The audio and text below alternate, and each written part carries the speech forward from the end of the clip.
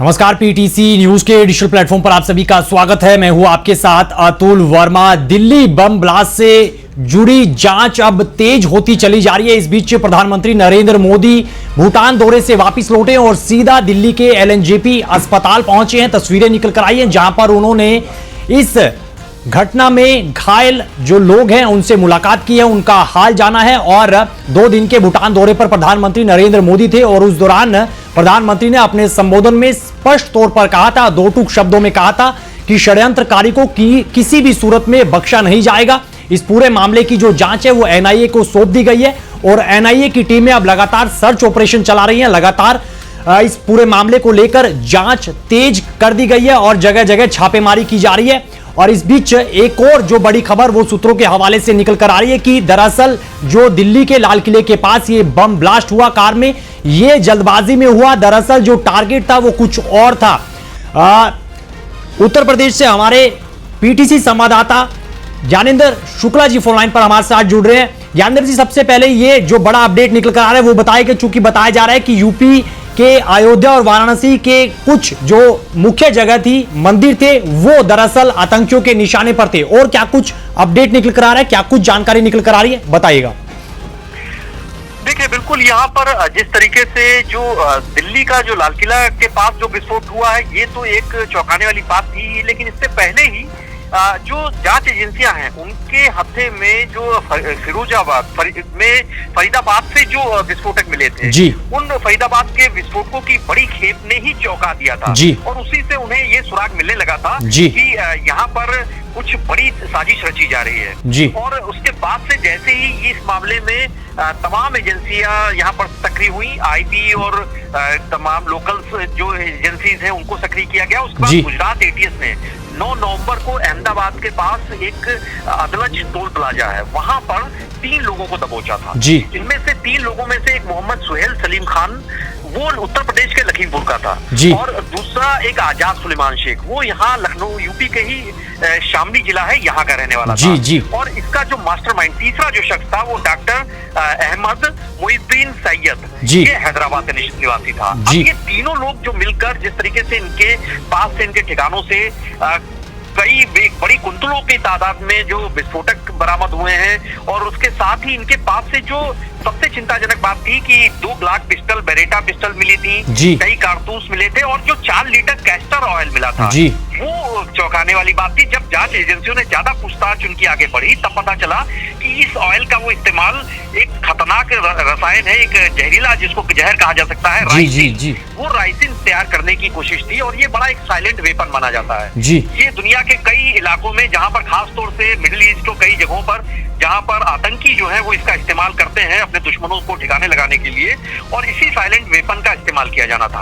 अभी जो जानकारी आ रही है उस जानकारी से ये पता चल रहा है कि दरअसल दिल्ली से पहले निशाने पर उत्तर प्रदेश था, और उत्तर प्रदेश की राजधानी लखनऊ खास तौर से निशाने पर थी। क्योंकि ये जो धमाका हुआ है, अभी जांच एजेंसियां शुरुआती दौर में जो कड़ियां जोड़ पा रही हैं, उनको ये पता चल रहा है कि शायद ये हड़बड़ी में सब कुछ हुआ।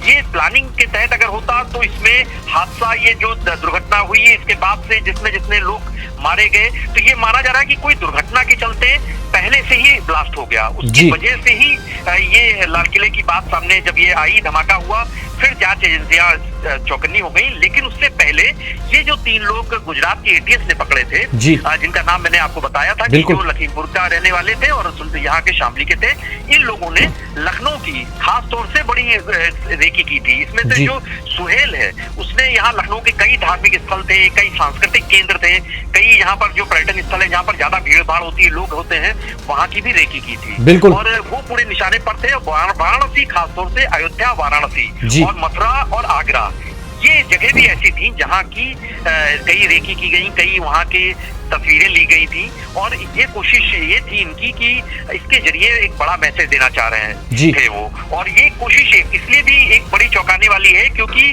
अयोध्या में अभी इसी महीने 25 तारीख को ध्वज उसका पताका फहराई जाएगी, यानी मंदिर, राम मंदिर का मुनादी होगी राम मंदिर को लेकर। तो इसमें प्रधानमंत्री भी शिरकत करेंगे। और अयोध्या को लेकर आतंकी संगठन लगातार वो उनके निशाने पर हैं। वो कई कोशिशें करते रहे, पहले भी कई इनपुट मिले, कई गिरफ्तारियां भी हुई हैं।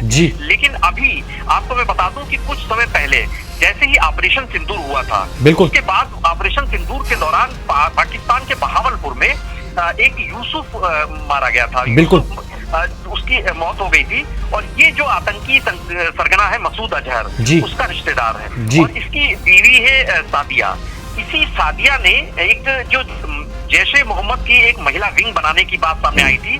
कुछ समय पहले बाकायदा पाकिस्तान में इसकी जानकारियां उजागर हुई थी कि कई आतंकी जो मारे गए हैं ऑपरेशन सिंदूर में, उनकी जो बेवा हैं वो उन लोगों ने मिलकर ये एक महिला विंग तैयार की है। और अभी ये पता चल रहा है कि जो एक डॉक्टर शाहीन है, ये गर्लफ्रेंड थी जो मास्टरमाइंड है डॉक्टर सैयद, जिसको गुजरात एटीएस ने पकड़ा था, इसकी गर्लफ्रेंड थी। ये डॉक्टर शाहीन लखनऊ की रहने वाली थी। और ये पता चला है कि इसी के जिम्मे ये जैश की जो पाकिस्तान के, जैसे मैंने बताया कि सादिया मसूद अजहर की जो परिवार की है, उसके जरिए ये महिला विंग जो था उसी को यहाँ पर उत्तर प्रदेश में और देश के मुख्तलिफ इलाकों में जड़ें जमाने की कोशिश की जा रही थी। तो सादिया को भी इन्होंने उससे भी ये लोग संपर्क में रहे थे। शाहीन जो है इसका ठिकाना लखनऊ में है। इसके लालबाग स्थित घर पर भी एटीएस की टीमें पहुंची, केंद्रीय एजेंसीज भी थी, यूपी एटीएस की भी टीमें थी, एसटीएफ की टीमें थी, तमाम सुरक्षा इकाइयां थी। और इसका एक भाई है, उसके भाई का नाम जो है वो डॉक्टर परवेज बिल्कुल है। और वो डॉक्टर परवेज को भी जो है हिरासत उसके ऊपर बड़ी निगाहें हैं, क्योंकि खासतौर से माना जा रहा है कि मड़ियाव इलाके में जो परवेज है यहाँ का एक इंटीग्रल यूनिवर्सिटी है, क्योंकि यहीं के हीरा मेडिकल कॉलेज से उसने 2011 में मेडिकल की पढ़ाई की थी। और इसने बड़ी चौंकाने वाली बात यह है कि 6 नवंबर को इसने इंटीग्रल यूनिवर्सिटी से जो रेजिडेंट वहां पर डॉक्टर था वहां से इस्तीफा दे दिया। अब इसके इस्तीफे की वजह क्या थी? 6 नवंबर को होता है और आप देखिए कि उसके 3 ही दिन बाद बड़ा धमाका होता है। तो एक बड़ी साजिश रची जा रही थी और कड़ियां जोड़ी जा रही हैं। जिस तरीके से ज्ञानेंद्र जी आप जानकारी तमाम दे रहे हैं, स्लीपर सेल जो है वो एक्टिव किए गए थे। डॉक्टर शाहीन का जिक्र कर ले या फिर डॉक्टर परवेज का जिक्र कर ले, उनके भाई का जिक्र कर ले, तो ऐसे में हरियाणा कनेक्शन के साथ साथ यूपी कनेक्शन खास तौर पर निकलकर सामने आ रहा है। जांच में कहीं ना कहीं चीजें साफ तौर पर स्पष्ट होती हुई नजर आ रही है। ऐसे में जो राम मंदिर में ध्वजारोहण होना है उसको लेकर क्या कार्यक्रम में बदलाव हो सकता है, ऐसी कोई संभावना है, ऐसी कोई जानकारी फिलहाल के लिए आ रही है?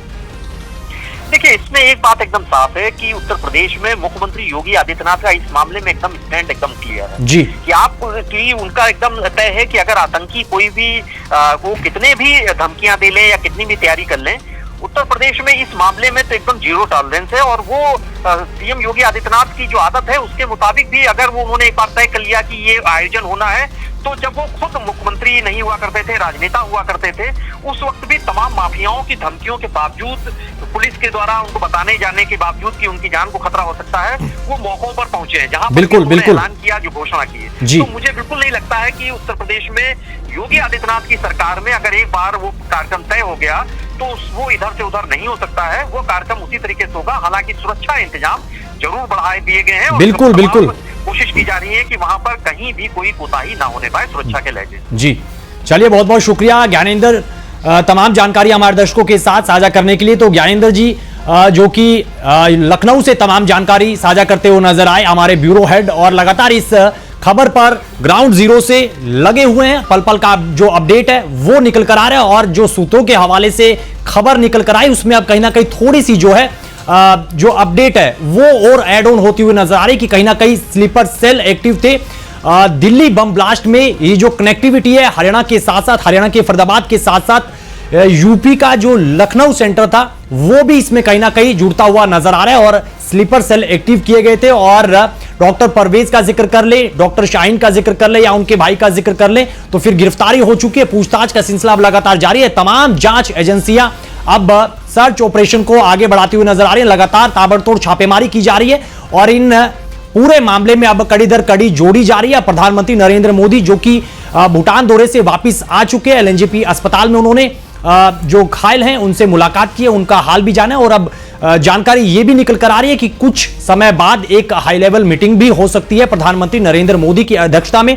इससे पहले चूंकि प्रधानमंत्री नरेंद्र मोदी भूटान दौरे पर थे तो गृह मंत्री अमित शाह ने एक हाई लेवल मीटिंग जरूर की थी। तमाम पुलिस अधिकारियों को, जांच एजेंसियों को जरूरी दिशा निर्देश जरूर दिए गए थे। ऐसे में प्रधानमंत्री नरेंद्र मोदी इस पूरे मामले पर मोर्चा संभालेंगे। जांच एजेंसियों को पहले से ही जो है अलर्ट कर दिया गया है और पूरे जो दिशा निर्देश है वो दे दिए गए हैं। एनआईए ने इस पूरे मामले को लेकर जो जांच का जिम्मा है वो संभाल लिया है और अब ताबड़तोड़ जो छापेमारियां वो चल रही हैं और सर्च ऑपरेशन लगातार जारी होता हुआ नजर आ रहा है कि दरअसल ये दिल्ली जो बम ब्लास्ट था वो जल्दबाजी में किया गया, जो सूत्रों के हवाले से खबर है। दरअसल असल में जो भीड़ भाड़ वाले इलाके हैं, अस्पतालों का जिक्र कर ले, मंदिरों का जिक्र कर ले, उनको दहलाने की कोशिश कहीं ना कहीं इन आतंकियों की तरफ से की जा रही थी। प्लानिंग एक पिछले समय से की जा रही थी और ऐसे में अब ये जो ब्लास्ट हुआ है, कड़ियां जो जोड़ी जा रही हैं, उसमें जो आगे पूछताछ में अपडेट निकल कर आएंगे वो आपके साथ साझा करेंगे। फिलहाल के लिए इस लाइव में इतनी जानकारी। बाकी देश और प्रदेश की खबरों के लिए